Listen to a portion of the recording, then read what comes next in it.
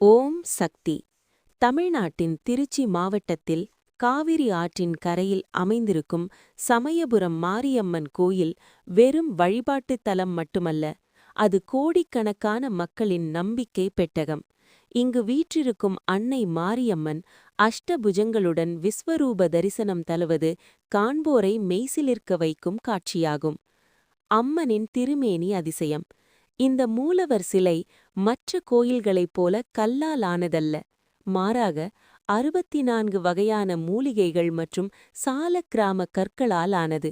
இதனாலேயே அம்மனுக்கு அபிஷேகம் செய்யாமல் தைலக்காப்பு மட்டுமே சாத்தப்படுகிறது என்பது அறிவியலுக்கும் அப்பாற்பட்ட ஒரு ஆன்மீக இரகசியமாகும். பச்சை பட்டினி விரதம்.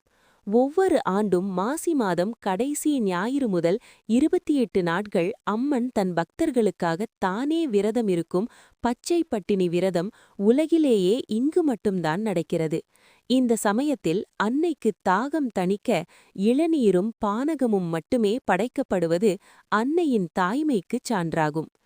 தீராத நோய் தீர்க்கும் அதிசயம். அம்மை நோய், கண்கோளாறு அல்லது மருத்துவர்களே கைவிட்ட நோய்கள் எதுவாக இருந்தாலும் சமயபுரத்து மண்ணை நெற்றியில் பூசி அன்னையை வேண்டினால் அதிசயம் நடக்கும் என்பது காலம் காலமாக பக்தர்களால் அனுபவபூர்வமாக உணரப்பட்ட உண்மை. கேட்டதெல்லாம் தருவாளா? உண்மை கதை. ஆம், கலியுகத்தின் கண்கண்ட தெய்வமாக விளங்கும் இந்த அன்னை அம்மா என்று ஒருமுறை உருகி அழைப்பவர்களுக்கு திருமணத் தடை நீக்குவது முதல் பொருளாதார கஷ்டங்களை போக்குவது வரை அவர்கள் கேட்கும் வரங்களை அள்ளி வழங்குகிறாள். குறிப்பாக ஆபத்தான தருணங்களில் யாரோ ஒரு உருவில் வந்து காப்பாற்றியதாக பல பக்தர்கள் இன்றும் கண்ணீருடன் சாட்சி கூறுகிறார்கள். முடிவுரை.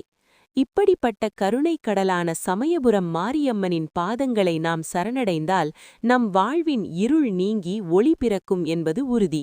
இந்த தகவல்கள் உங்களுக்கு பிடித்திருந்தால் உங்கள் நண்பர்களுக்கும் பகிர்ந்து அன்னையின் அருளை பெற செய்யுங்கள். ஓம் சக்தி.